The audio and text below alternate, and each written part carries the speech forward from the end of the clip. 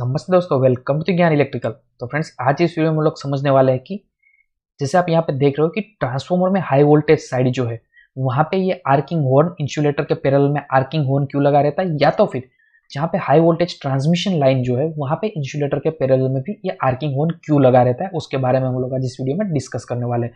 तो पहले चलो समझते हैं कंस्ट्रक्शन कि आर्किंग हॉर्न का कंस्ट्रक्शन कैसा रहता है। तो जैसे आप यहाँ पे देख रहे हो कि ये तीन बुशिंग है, आर वाई और बी तीनों फेज का।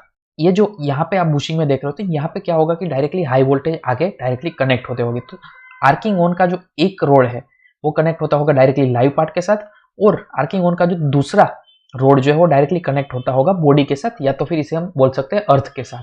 अब गाइस, इन दोनों के बीच में आप देखोगे तो ये एयर गैप रहेगा। अब ऐसा कंस्ट्रक्शन जनरली रहता है कि आर्किंग ऑन का एक रोड जो है वो हम लाइव पार्ट के साथ कनेक्ट करते हैं और दूसरा रोड जो है वो अर्थिंग के साथ कनेक्ट कर देते हैं, या तो बॉडी के साथ कनेक्ट कर देते हैं। अब चलो उसका फंक्शन समझते हैं कि ये आर्किंग रोड जो है वो हाई वोल्टेज सिस्टम, चाहे वो ट्रांसफार्मर का हाई वोल्टेज बूस्टिंग हो या तो फिर ट्रांसमिशन लाइन हो, उसमें इंसुलेटर के पैरेलल में रखने के पीछे का रीजन क्या है। सो फ्रेंड्स, सपोज आप समझिए कि ये जो है वो हमारा सबस्टेशन है।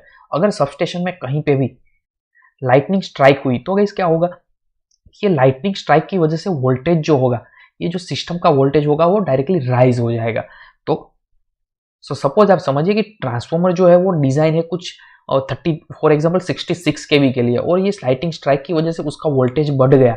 अगर वो वोल्टेज ट्रांसफार्मर में चला गया तो क्या होगा कि ट्रांसफार्मर का इंसुलेशन जो है वो फेल कर सकता है। तो ऐसी सिचुएशन से बचने के लिए क्या रहता है, ट्रांसफार्मर, ये जो है वो ट्रांसफार्मर है, ट्रांसफार्मर की टैंक है और उसके ऊपर का ये जो है इंसुलेटर है। तो अब क्या होगा कि ये जो है वो एक फेज है, आर फेज है, और आर फेज कनेक्ट होता होगा डायरेक्टली बुशिंग के साथ, और बुशिंग के इंटरनल में कंडक्टर होता होगा और डायरेक्टली वाइंडिंग के साथ कनेक्ट होता होगा।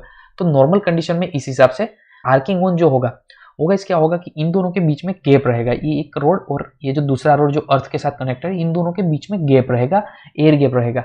तो ये एयर गैप उस टाइम पे नॉर्मल कंडीशन में ऐसा रहेगा कि ये दोनों रोड हो एक दूसरे से एयर गैप, यानी कि एयर की वजह से वो आइसोलेट रहेगा और यहाँ पे कोई भी करंट फ्लो नहीं होगा। नॉर्मल कंडीशन की बात कर रहे हो फ्रेंड्स। अब guys, for example lightning strike हुआ तो क्या होगा कि ये जो सिस्टम है उसका पूरा वोल्टेज राइज हो जाएगा। फॉर एग्जांपल 66 केवी की सिस्टम है और वोल्टेज राइज हो गया कुछ 132 केवी, या तो फिर कुछ भी राइज हो सकता है, क्योंकि कितना वोल्टेज रहता है वो हमें भी नहीं पता। तो अगर हाई वोल्टेज हो गया और वो हाई वोल्टेज को हमने अर्थ नहीं किया तो क्या है कि वो ट्रांसफार्मर है उसका वाइंडिंग को फेल कर देगा। तो ऐसा ना हो इसके लिए क्या, जैसे ही लाइटनिंग स्ट्राइक होती है तो क्या होता है कि जैसे आप यहाँ पे देख रहे हो कि ये जो वोल्टेज जो है वो डायरेक्टली यहाँ से डाइवर्ट होके ये जो गैप में जो एयर था वो एयर आयोनाइज होकर डायरेक्टली अर्थ के साथ ग्राउंड हो गया। दैट मीन्स कि अब जो वोल्टेज जो है वो डायरेक्टली ट्रांसफार्मर में नहीं जा रहा है, बल्कि वो डायरेक्टली आर्किंग हॉर्न से होकर डायरेक्टली अर्थ हो रहे हैं। दैट मीन्स गाइस कि यहाँ की जो एयर थी वो एयर आयोनाइज हो गई और वो एयर में से करंट फ्लो होकर डायरेक्टली अर्थ हो गया। दैट मीन्स कि अगर हाई वोल्टेज, अगर आपका ट्रांसफार्मर पे कोई भी हाई वोल्टेज स्विचिंग सर्ज या तो फिर लाइटनिंग आ गया तो क्या होगा कि आपका ट्रांसफार्मर का वाइंडिंग जो है वो डैमेज ना हो जाए, उसे प्रोटेक्ट करने के लिए हम ये आर्किंग हॉर्न रखते हैं।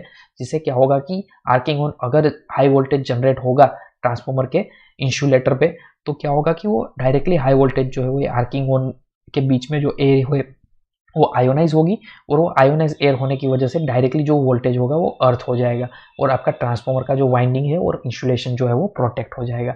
तो गाइस, इस तरीके से जो आर्किंग हॉर्न है वो वर्क करता है और ट्रांसफार्मर में हाई वोल्टेज से प्रोटेक्शन प्रोवाइड करता है। अगर गाइस वीडियो आपको अच्छा लगा हो तो लाइक कर दीजिए, अपने फ्रेंड्स के साथ शेयर कीजिए।